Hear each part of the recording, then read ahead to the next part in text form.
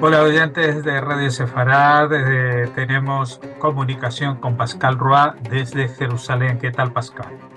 Hola Jorge, hola. Pues Bueno, Israel está viviendo un día terrible que me imagino que estamos diciendo un día, pero esto va para largo. Incluso el primer ministro Netanyahu ha dicho que esto no es una operación, no es una operación especial, esto es una guerra. es, Y aparte coincide en el calendario gregoriano con los 50 años de la guerra de Yom Kippur, que fue también un 6 o 7 de octubre en el año es decir, 1973, y que también, como en esta ocasión, pilló a los israelíes desprevenidos. Entonces se le atribuyó, bueno, se criticó muchísimo a la que era primera ministra entonces, a Golda Meir. Incluso ahora hay una película sobre ese tema. eh, y ahora pues resulta que el mismísimo Netanyahu al frente de este gobierno pues ha tenido un despiste terrible, ¿no? Porque lo que está sucediendo no lo preveía nadie de que estuviera al tanto de lo que estaba pasando. Tantos servicios de seguridad infiltrados en Gaza y nadie sabía lo que se estaba preparando, parece, ¿no? sí. No, yo te cuento un poco la situación aquí hoy en día, ahora mismo, es una situación un poco, o una atmósfera de duelo, digamos, porque pues, vamos a hablar de quién es responsable, de cómo ha podido pasar esto. Está en la boca de todos los israelíes de a pie, eso está seguro. Todo el mundo se está preguntando cómo es posible que a las 6:30 de la mañana empezara un derroche de terroristas hacia los pueblos, hacia incluso ciudades como Sderot. ¿Cómo es posible que se infiltraran así tan fácilmente decenas y decenas de terroristas pasando por la frontera como si nada y llegara a los, sabes, los kibutzim y las colectividades y shuvim, como se llaman ahí en el sur, que llegaran hasta la ciudad de Sderot y que hagan lo que han hecho? ¿Cómo es posible en 2023 que esto pase? Es la pregunta que está en la boca de todos. Pero te digo que hoy ha sido un día muy duro y estamos más en una atmósfera de duelo, es decir, que yo personalmente, como sabes, vivo en Jerusalén, que está un poco más lejos de Gaza y tardan más los misiles a llegar. Y si llegan, llegan menos hacia Jerusalén, pero llegaron. Me desperté a las 8 de la mañana con la primera sirena y después hubo una serie hasta mediodía más o menos. No tengo refugio cerca, ni en mi edificio, ni en mi casa. Entonces, la consigna de las fuerzas de seguridad, las fuerzas de Tzahal, es que te tienes que refugiar en el mismo edificio, bajando las escaleras hasta la primera planta, te alejas de las ventanas y ahí esperas. En general, oímos explosiones. Puede ser en terreno o a menudo es Kippat Barzel, el escudo de hierro de Israel, que usa Israel para interceptar los misiles en el aire, y después sales y ves una fumata blanca, digamos, en el cielo que te dice que ahí es lo que hemos visto esta mañana, pues ahí ha habido una intercepción. Pero es Jerusalén. La peor parte, por supuesto, como ya he mencionado, es en el sur, en las colectividades que están ahí, los kibbutzim, y también en el centro del país, en Tel Aviv y hasta Hadera, que está más al norte, ¿no? Entre Tel Aviv y Haifa, Netanya, todos estos han sido golpeados y hasta hace poco hubo también una barrera de misiles hacia Tel Aviv, que se estaban informando ahí en la radio. Y ha sido terrible, ha sido todo el día con la oreja pegada al teléfono, a las noticias, a las alarmas y compartiendo el duelo de todo un pueblo, eso es seguro. Bueno, un duelo y unos unas cifras que nos asustan mucho. Tengo que confesarlo porque hace pocos minutos volví a comprobar las cifras oficiales y pensé que había habido un error, pero por lo que reconoce el Moquet Bitajón, que es, digamos, el- la información oficial del ejército de Israel, hasta el momento ya han muerto 200 personas del lado israelí. Sí, Esto es una cifra que creo que no se ha visto desde hace 50 años.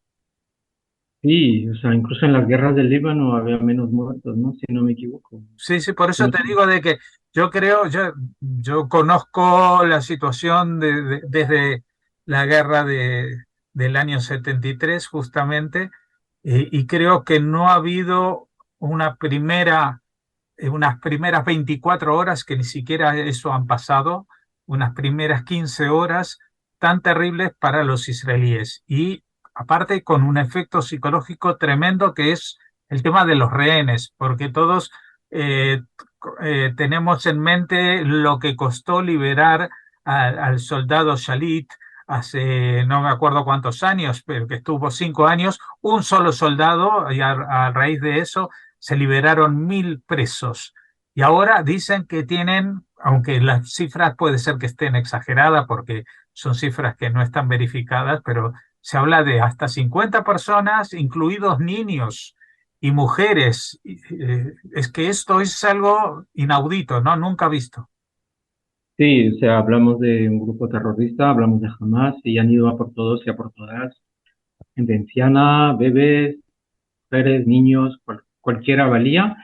O los mataban enseguida o ponían fuego a su casa para que salgan y les mataran o cogiendo rehenes. Hablamos seguramente también de soldados que han sido raptados, sí, raptados, pero entre civiles y soldados puede haber 50, no lo sabemos todavía.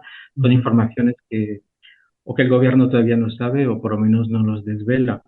Esto, has empezado a hablar un poco de la guerra de Yom Kippur, del 6 de octubre del 73. Yo pondría un matiz, es decir, que por supuesto que la simbólica es importante, hablamos de 50 años después, pero entonces había un ejército, era el ejército egipcio y sirio, y hablábamos de un ejército contra un ejército. Y hablábamos de una época, 25 años después de la creación del Estado, en la que todavía estaba en riesgo la supervivencia, la existencia misma de Israel. Ahora es totalmente diferente. Estamos en una guerra, como sabemos, desequilibrada, es decir, un ejército contra un grupo terrorista que va por todos, ya por todas. Y eso es lo que ha pasado hoy y es muy difícil, es muy difícil. Y yo, hay imágenes en las redes sociales que no soy capaz de ver todavía y me está costando. Además de tener siempre mucha cautela con lo que ves en las redes sociales, pero seguro que muchas están ciertas y es muy duro verlas. Y sí, es el impacto psicológico del que hablas. Acabo de salir ahora, he dado una gran vuelta en la ciudad de Jerusalén, donde vivo, y la ciudad está vacía, no hay nadie en la calle. Estamos después de Shabbat, después de la Simchat Torah, estamos hablando de fiesta y solo los ultraortodoxos siguen festejando. Los veo en las sinagogas, también como esta mañana cuando salí a protegerme, estaban en la sinagoga enfrente festejando la Torah, pero totalmente ajenos a lo que pasa realmente. Pero bueno, es una situación aparte con los ultraortodoxos. Digamos que en general los comercios no han vuelto a abrir como suelen hacer después de Shabbat y la ciudad de Jerusalén, como todo el país, está en duelo.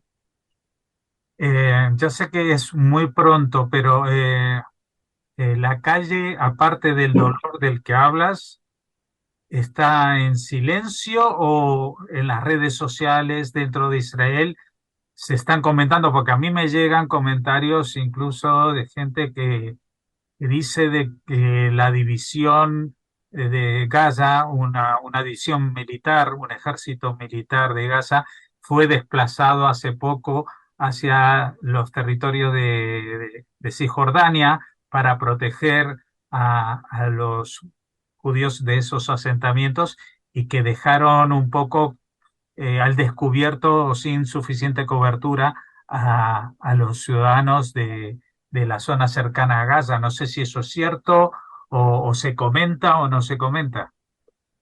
No, yo recibo noticias desde embajadas, desde consulados, desde las Naciones Unidas sobre lo que está pasando en Judea y Samaria. Y lo que yo veo son escaramuzas, son pequeños problemas, pero como siempre, digamos, entre Jenin, Nablus y Hebrón.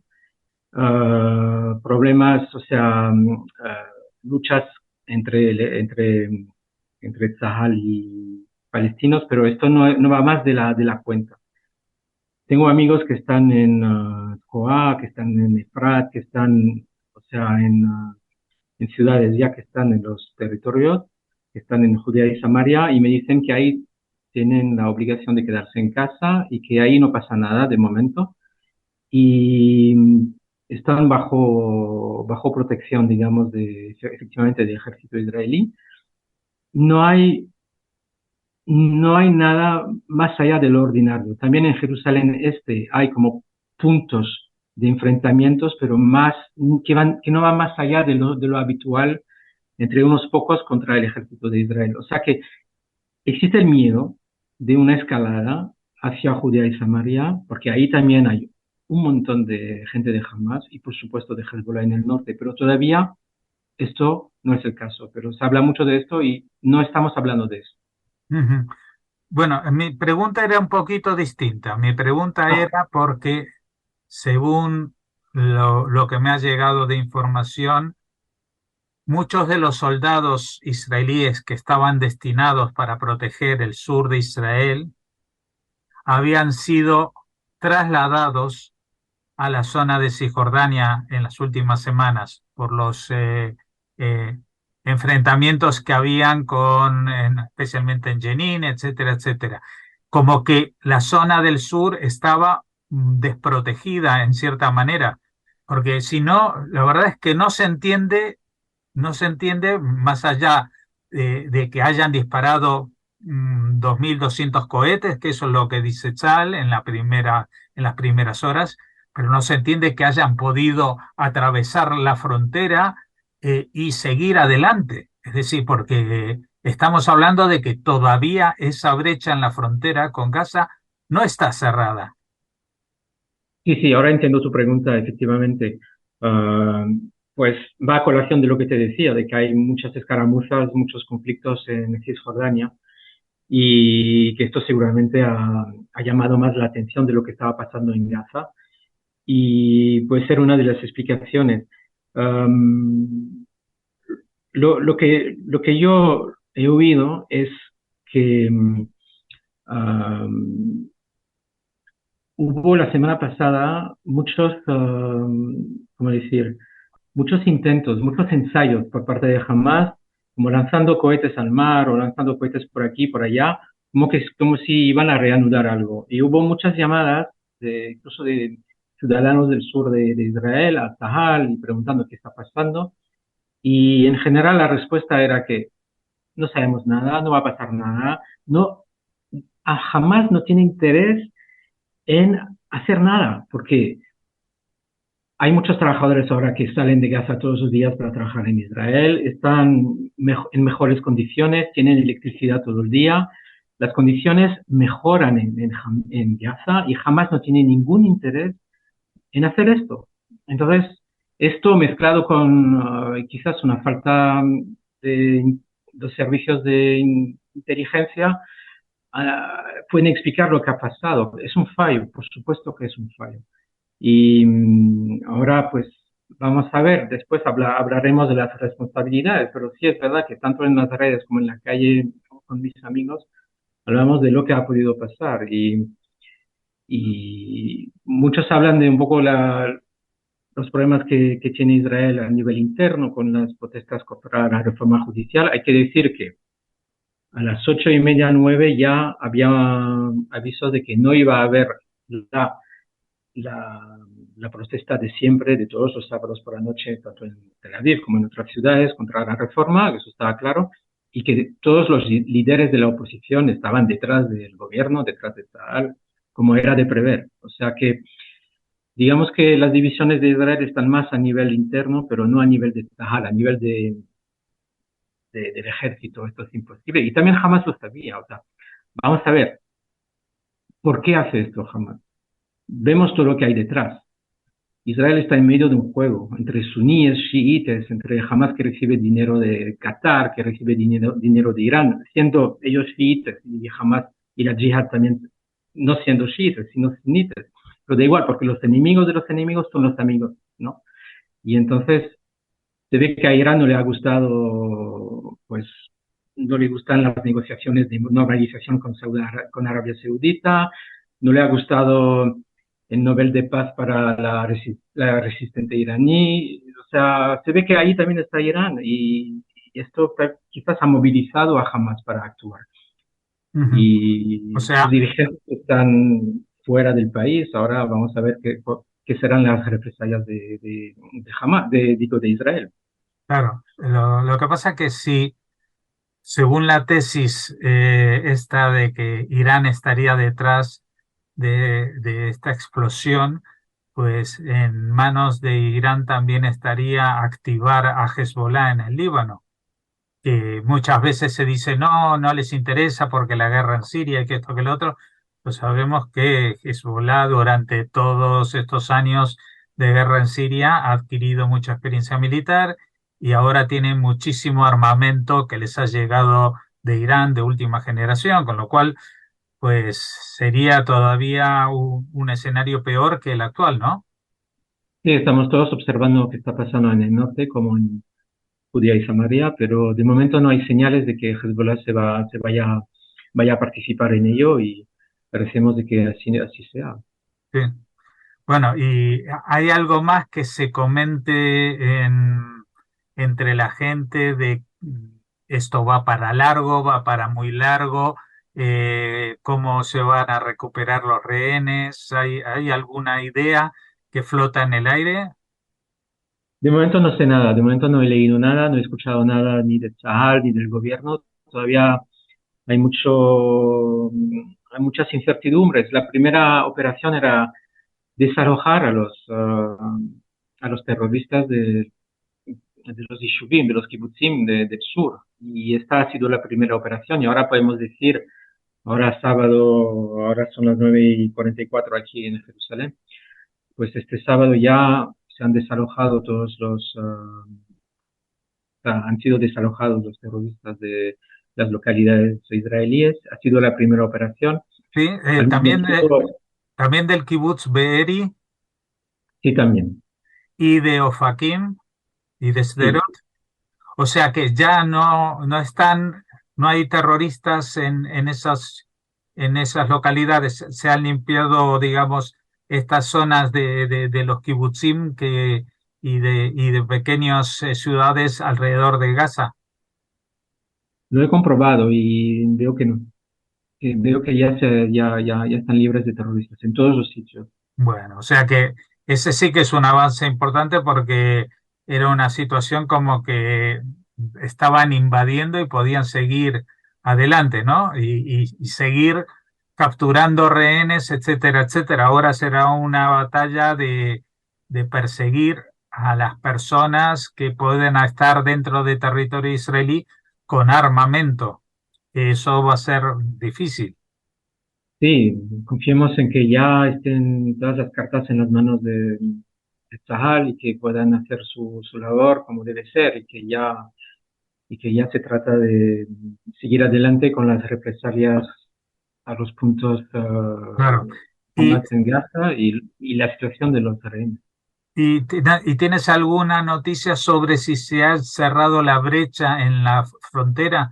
O sea, eso que hemos visto que han roto los pasos, el paso de Erez, creo, o no sé si era ese o y hay sitios por donde entró la gente, pero no sabemos de momento si lo han logrado cerrar o dominar en esa zona. No, todavía No tenemos no hay noticias noticias. sobre ello, no hay noticias sobre ello, pero esto me hace pensar que hace unos años aquí, cuando al final de la segunda intifada se decidió, o antes del final de la segunda intifada se decidió crear un muro entre Cisjordania e Israel, si jamás no desaparece, creo que sería la mejor opción. O sea, muchos hablan de esto aquí, crear un muro entre, porque no puede ser que haya otra vez ese miedo. Hay Claro. túneles, pero no fueron solo túneles. Sí, o sea que se hizo una barrera subterránea para que no hubiera túneles, pero ahora por la parte de la superficie hay alambradas que aunque sean muy sofisticadas, pues son mucho más permeables y la gente, pues dicen incluso, por lo menos así lo he leído, que durante las semanas pasadas que han habido altercados de gente que se acercaba, muchos civiles que se acercaban a la valla de seguridad, que en ese momento ya estaban preparando, poniendo dispositivos para cortar la valla y ya tenían todo como un teatro montado para que los israelíes no se dieran cuenta de lo que estaban haciendo en realidad, ¿no? Exacto, exacto. Bueno, mientras te hablo, mientras estamos hablando, sigue habiendo alertas más hacia el centro del país. El Ministerio de Salud israelí habla de 1.400 heridos, 1400. 1.400 heridos. Ah, Otro heridos en los últimos misiles lanzados a Tel Aviv, Rishon, Bat Yam. Y IDF está siguiendo con sus ataques por aire en Gaza, la última hace 12 minutos.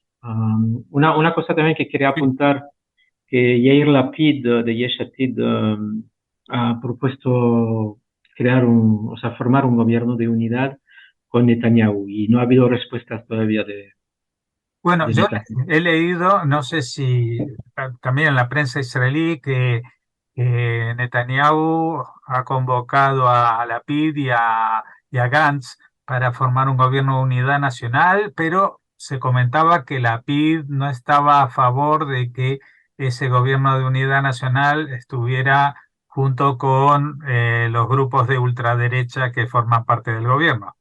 Por supuesto, porque su argumento para formar tal gobierno es que no puede el gobierno actual ha dicho, el primer ministro actual no puede gestionar la guerra con un gobierno semejante con semejante gobierno. Entonces, por supuesto, es Claro. imposible que... Entre otras cosas, recordemos que en ese gobierno actual de Israel, aparte del partido Likud del propio Netanyahu, hay dos partidos ultraortodoxos formados por gente que mayoritariamente no van al ejército, y también otros dos partidos ultraderechistas cuyos líderes no han ido al ejército.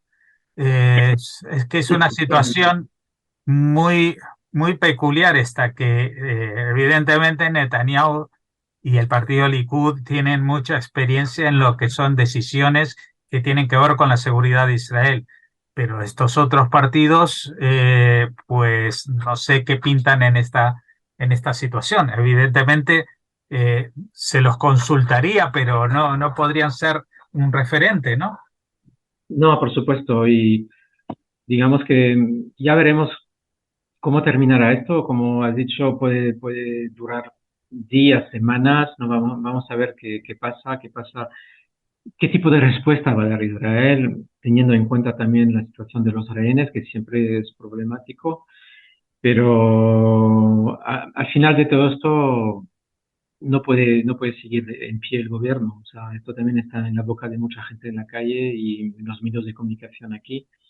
Como que ya ¿cómo puede seguir un gobierno después de lo que ha pasado hoy? ¿Cómo puede seguir este gobierno después de lo que ha Claro. pasado?